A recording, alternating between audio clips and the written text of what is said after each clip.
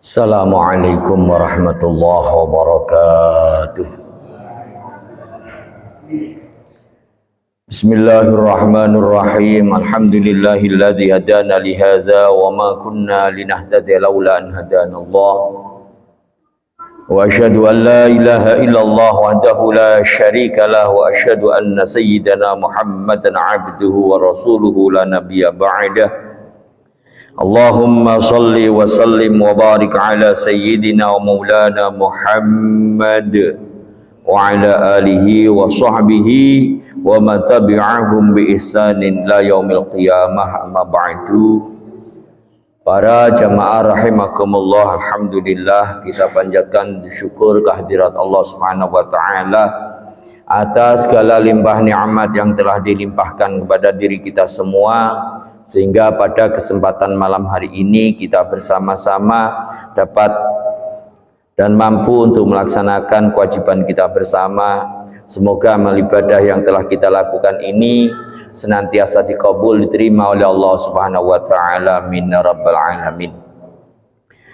Para jamaah rahimakumullah, pada kesempatan malam hari ini kita akan melanjutkan pembahasan kita tentang masalah berkurban. Selanjutnya kita akan membahas tentang masalah binatang-binatang yang tidak cukup atau tidak bisa kita pakai untuk berkorban. Bismillahirrahmanirrahim. Qala al-musannifu rahimahullahu ta'ala wa nafa'ana bihi wa bi'ulumihi fi daraini amin. Wa arba'un wa fi ba'dhin nusahi wa arba'atun la tuzzi'u fi dhahaya. Wa arba'un, dan adapun 4 binatang, wa fi ba'dhin nusahi, dan di dalam sebagian redaksi yang lain wa arba'atun dengan menggunakan lafal arba'atun. Wa arba'atun, dan 4 binatang la tuzzi'u yang tidak cukup apa arba'ah fil dhahaya di dalam untuk dipergunakan untuk berkorban. Ada 4 binatang dari jenis-jenis yang kemarin sudah kita sebutkan, akan tetapi tidak boleh untuk kita pakai berkorban. Yang pertama, ahaduha, adapun salah satunya arba'ah al-aura'u al-bayyinu ay al-dhahiru auruha. Yang pertama yaitu al-aura', yaitu binatang yang buta. Al-bayyinu tegasnya yang tampak jelas, ay al-dhahiru tegasnya yang jelas apa auruha, apa kebutaannya aurat. Wa in baqiyatil hadaqatu fil asahi, wa in baqiyat, dan sekalipun masih tetap ada apa al-hadaqatu, apa kelopak mata, fil asahi di dalam kaul yang lebih sahih. Yang pertama binatang yang tidak boleh kita pakai untuk berkorban yaitu al-aura, binatang yang buta, binatang yang tidak bisa melihat, atau binatang yang buta, yang jelas sekali, sekalipun matanya masih ada tapi dirinya kok tidak bisa melihat, maka binatang yang kayak demikian tidak kita diperbolehkan untuk dipakai berkorban. Wasani, dan adapun yang kedua al-arja'u al-bainu arjuha, walau kana husul arjilaha inda ilja'iha litadhiyati biha bisababi tirabiha. Wasani, dan adapun yang kedua al-arja'u, yaitu binatang yang pincang, al-bayinu arjuha, yang sangat tampak jelas kepincangannya. Walau kana, dan sekalipun ada apa husulul araji, apa hasilnya atau terjadinya kepincangan, laha bagi arja indaw tijaiha, di dalam ketika merobohkannya arja litadhiyati, untuk berkorban biya dengan arja, bisa babit tirabiha, dengan sebab terbantingnya arja. Yang kedua binatang yang tidak boleh kita pakai untuk berkorban yaitu binatang yang pincang, yang sangat jelas sekali. Ini juga tidak boleh kita pakai untuk berkorban, sekalipun pincangnya tersebut dikarenakan ketika binatang itu dirobohkan. Jadi biasanya kalau sapi kan ngerobohkannya kan agak sulit. Nah, ini kok sampai ketika dirobohkan kakinya sampai patah, sebelum disembelih kakinya patah duluan, maka tidak boleh untuk dipakai berkorban. Ini perhatikan panitia besok ya. Jadi ketika ngerobohkannya harus hati-hati, jangan sing penting pokok roboh. Nanti pikirannya lawang nanti juga mau dipotong, mau dipotong, bukan kayak gitu, bukan. Wasalisu, dan adapun yang ketiga, al-maridatu al-bayyinu maraduha wala yasiru hadhil umuri. Al-maridatu yang ketiga, al-maridatu yaitu binatang yang sakit, al-bayyinu yang sangat jelas apa maraduha, apa sakitnya maridah, wala yadurru dan tidak membahayakan apa yasiru hadhil umuri, apa sedikitnya inilah beberapa perkara, yakni maridnya atau sakitnya. Yang ketiga yaitu binatang yang dalam kondisi sakit yang sangat parah sekali, yang sangat tampak sekali, ini juga tidak boleh kita pakai untuk berkorban. Makanya benar ketika waktunya pelaksanaan udhiyah, waktu berkorban, di situ ada tim medis yang datang untuk ngontrol binatangnya benar-benar sehat atau dirinya dalam kondisi sakit. Sebab apa? Sebab ketika binatang tersebut al-bayyinu maraduha, binatang itu sangat tampak jelas sakitnya, maka dirinya tidak boleh untuk dipakai berkorban. Warabi'u, dan adapun yang keempat al-asfa'u, yaitu asfa. Apa itu asfa? Wahia, dan adapun asfa allati itu binatang zahaba yang hilang apa mukhuha, apa sumsumnya, allati ay zahaba dimaghuha minal hazali al-hasilaha. Yang keempat binatang yang tidak boleh dipakai untuk berkorban, yaitu binatang yang sangat kurus sekali. Jangan suruh ngakan tolang, ya. Binatang yang dalam kondisi sangat kurus ini juga tidak diperbolehkan, sebab maksudul a'zam, tujuan utama di dalam orang berkorban itu adalah dagingnya. Mon pas binatangnya kurus, apa yang mau dipakai? Pakai kaldu tajena berak tolang melolo. Yo neser kia sinarima. Makanya di sini tidak diperbolehkan ketika orang berkorban dengan menggunakan binatang yang sangat kurus. Wa yadkhulu waqtu dzabhi lil udhiyati min waqti sholatil idi. Selanjutnya kita akan membahas tentang kapan mulai diperbolehkan untuk memotong binatang kurban tersebut. Wayadkhulu, dan masuk apa waktu zabhi, apa waktu pemotongan lil udhiyati bagi udhiyah atau binatang kurban, min waktu sholatil idi, mulai dari waktunya sholat id, idin nahri, tegasnya sholat hari raya idun nahar. Wa ibaratur raudhati, dan adapun redaksinya kitab Raudhah, wa asliha, dan asalnya kitab Raudhah, dengan menggunakan redaksi hampir sama, maksudnya sama, cuma redaksinya saja yang berbeda. Yadkhulu waktu tadhiyati idza tala'ati syamsu yauman nahar wa madha qadra rak'ataini wa khutbataini khafifataini.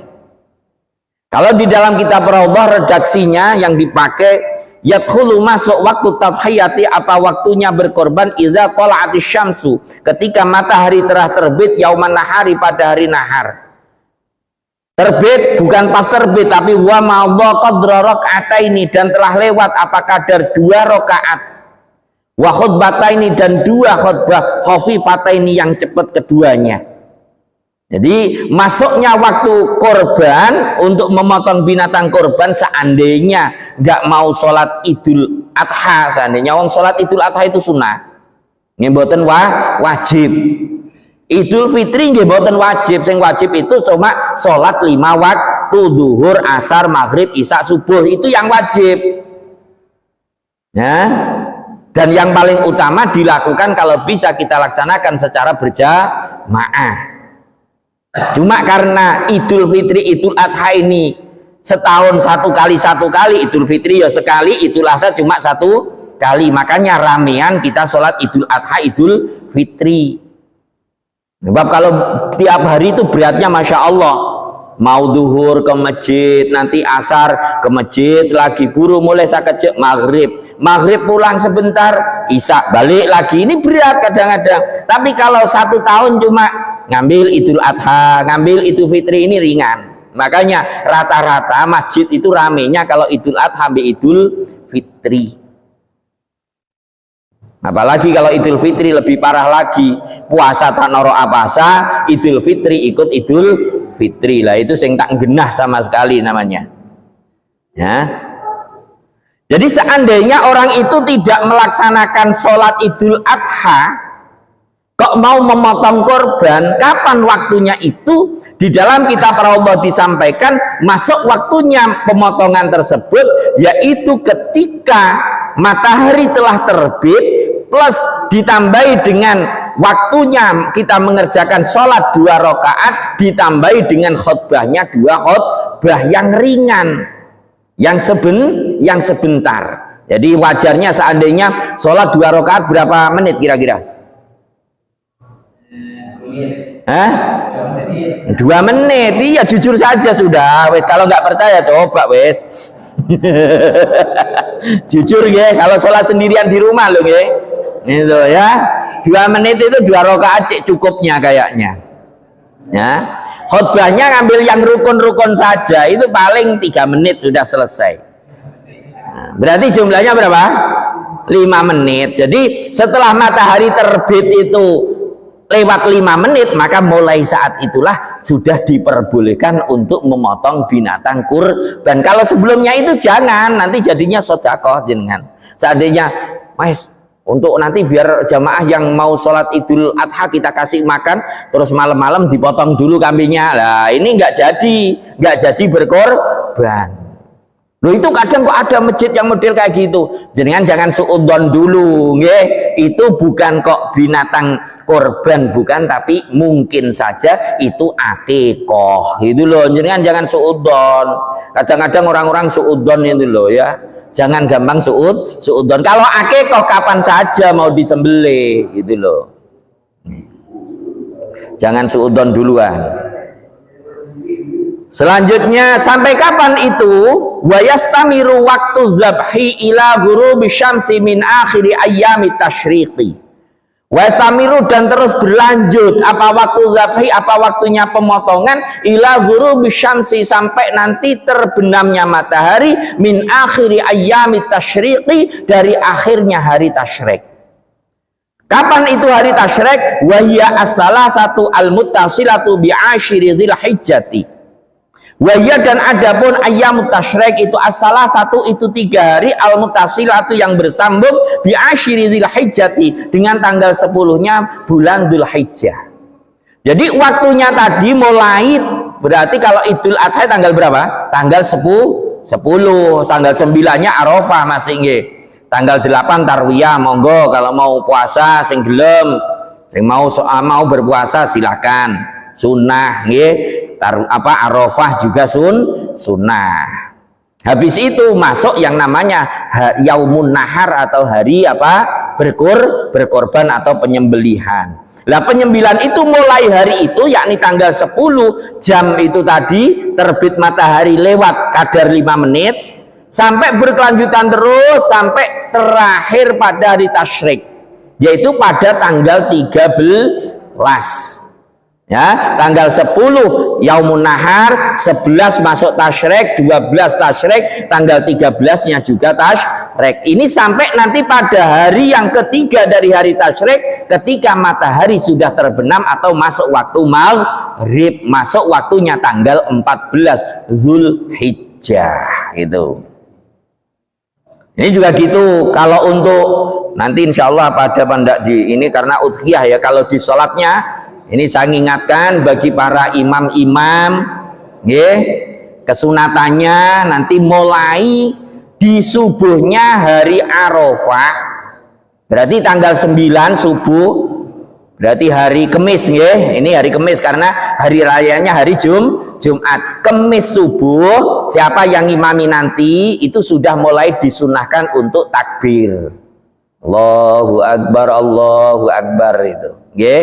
Nanti zuhurnya juga gitu, asarnya juga gitu, maghrib ini nanti takbir ittisal terus sampai nanti imam hendak melaksanakan sholat Idul Adha. Setelah itu terus nanti zuhurnya, karena waktu Jumat kan ini barengan dengan Jumat nggih. Jadi kalau zaman dulu tak tambahi menisan di sini, tak tambahi sekaligus. Ada hadis yang menyatakan bahwasanya tidak boleh ada 2 hari raya dalam satu hari, itu zamannya Rasulullah. Ya, dulu itu kalau hari raya bertepatan dengan hari Jumat, maka Jumatnya libur. Nih zamannya Kanjeng Nabi. Kenapa? Karena dalamnya sahabat ini jauh. Ya. Kan pernah ada riwayat itu Kanjeng Nabi kehilangan salah satu daripada jamaahnya yang biasa rajin jamaah sholat subuh. Waktu itu dicari sama Kanjeng Nabi kok nggak ada. Akhirnya Kanjeng Nabi minta antar kepada salah satu sahabat yang tahu rumahnya. Kanjeng Nabi itu berangkat dari Masjid Nabawi di Medina sampai ke rumahnya sahabat itu waktu duha paling sedang sekitar jam 10. Berarti perjalanan berapa? Anggap subuhnya jam 5 selesai, jam 10 baru nyampe. 5 jam perjalanan jenengan. Ini dalamnya sahabat. Dan dulu nggak ada sepeda motor, nggak ada mobil, jauh-jauh. Makanya dikasih kortingan sama Rasulullah, nek hari Jumat tepat hari raya Idul Adha atau Idul Fitri, maka Jumatannya libur. Itu ketika zaman dulu. Lah sekarang masjidnya jenengan ada di depan rumah kok mau libur. Nggak usah libur. Nanti pas dibilang, wah itu kita nggak ngikuti hadis. Lah itu nggak tahu sikonnya namanya ya. Asbabul wurudnya hadis itu bagaimana gitu. Sehingga kita bisa mengikuti mana yang harus kita ikuti. Baik, lanjut lagi. Jadi pemotongan itu terakhirnya nanti pada tanggal 13 nggih. Takbirannya juga gitu. Takbiran itu kesunatannya tetap kayak gitu tadi. Jadi yang ittisal itu hanya dimulai kalau sekarang yang akan datang ini mulai maghrib malam Jumat terus sampai nanti keesokan harinya ketika imam hendak untuk melaksanakan apa khutbah. Habis itu nggak ada kesunatan nanti sampai nanti waktu Jumatan baru takbiran. Habis sholat asar, setiap ba'da sholat fardu ini disunahkan untuk melakukan takbiran sampai nanti pada asarnya tanggal 13 Zulhijjah. Bukan ketika habis adzan. Awas, jangan sampai nanti Pak Safat mau temu habis adzan takbiran. Bukan di situ tempatnya. Kalau di pedesaan mungkin ya apa salah paham cara menyampaikannya yang kurang benar, itu kadang-kadang habis adzan terus takbiran, itu bukan tempatnya, bukan situ. Kalau sampean jenengan lihat dalam kitab apa inda duburiku li sholat, setelahnya sholat gitu nggih. Nih biar tidak salah paham nanti. Terus selanjutnya lagi wa yustahabu inda dzabhi, ini panitia yang bagian nyembelih. Nanti ada bagian nyembelih Pak Panitia. Pak, ya, ada yang nyembelih bagian dari sini sendiri apa dari luar? Petugasnya. Nah, yaitu nanti pas ada saya nyembelih kakan matahnya. Tak usah baca, mengkiranya Ustaz saya suruh nyembelih, tak usah dibaca. Kayak apa ya Ustaz telah tahu? Ya biar tahu kakak mek bola beda sebagian mau nyembelih. Wa yustahabbu inda dzabhi khamsatu asya. Kalau mau memotong binatang, ini enggak harus di binatang untuk berkorban. Binatang apa saja kalau jenengan motong, ini disunatkan untuk melakukan apa? Ada 5 hal. Yang pertama, atasmiyah, disunahkan untuk membaca bismillah minimal bismillah. Kalau sempurna ya bismillahirrahmanirrahim. Seandainya enggak, wong ini sunnah. Seandainya enggak baca bismillah sah Ustaz, sah halal. Pokok saya nyembelih Islam. Wasani as-sholatu ala nabiyyi, disunahkan setelahnya membaca bismillah membaca sholawat Allahumma sholli ala Muhammad. Wasalisu, yang ketiga istiqbalul kiblah, menghadap kiblat. Jadi orang nyembelih itu yang nyembelih arahnya menghadap ke arah kiblat, jangan membelakangi kiblat. Warabiu at-takbir, yang keempat ini khusus untuk ketika memotong binatang korban, at-takbir yaitu membaca takbir.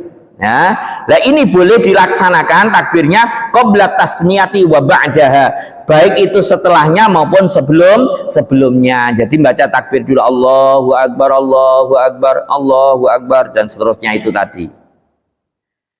Wal khamisu, dan yang kelima ad-du'a bil qabul, yaitu berdoa semoga binatang yang dipotong itu dikabul, diterima oleh Allah Subhanahu wa taala. Doanya apa? Allahumma hadhihi minka wa ilaika fataqabbal. Ya Allah, ini dari Engkau ya Allah, wa ilaika, dan aku kembalikan kepada Engkau, fataqabbal, maka terimalah ya Allah. Itu doanya. Wala yakulu, titik, sudah itu yang aturan untuk memotong korban nggih. Wala yakulu al-mudhahi, ini enggak gegeran bagian mangan ini gimana caranya. Wala yakulu, dan tidak boleh memakan daging korban siapa al-mudhahi, siapa orang yang berkorban syai'an, pada sedikit pun minal udhiyati, dari korban al-manzurati, yang dinazarkan. Kalau ada orang nazar untuk berkorban, contohnya nazar gimana Ustaz? Seandainya kalau saya ngenape 3K, seumpamane, bukan saya ini, contoh orang lain aja, pakai contoh orang lain. Seandainya saya ngenape 3K, saya nanti akan berkorban. Nah itu namanya nazar korban. Ketika orang melakukan kayak demikian, atau mungkin contoh lagi, kalau anak saya tahun ini lulus dengan nilai yang sempurna, saya nazar mau berkorban. Ini juga namanya nazar korban. Ketika kayak demikian, al-mudhahi la yakulu syai'an, orang yang berkorban tidak boleh makan sedikit pun dari korban yang dinazarkan. Makanya nanti panitia boleh bertanya, ini jenengan nazar apa enggak Bapak Ibu yang berkorban? Kalau jenengan nazar, yaitu aturannya jenengan tidak boleh ikut makan daging korban tersebut.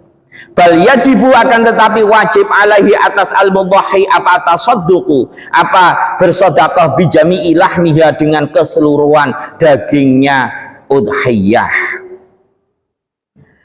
Wa yakulu minal udhiyati al mutatawwi'i biha sulusan alal jadidi wa amma sulusani faqila yatasaddaqu bihima wa rajjahu an-Nawawi fi tashihit tambih. Wa yakulu, dan memakan minal udhiyati, dari binatang berkorban al mutatawwi'i, yang sunnah, biha, dengan disunahkan dia dengan udhiyah, sulusan, kepada sepertiga, alal jadidi, menurut kaul jadid maksimalnya. Ya, maksimalnya orang yang berkorban tatawwu, bukan nazar, ini boleh mengambil sepertiga maksimal sudah, nggih. Jangan ditawar lagi. Nanti pas sampil ade, sampil budi, Allah tak melo selain. Ya. Jadi maksimalnya sampai seperti 3. Lah yang 2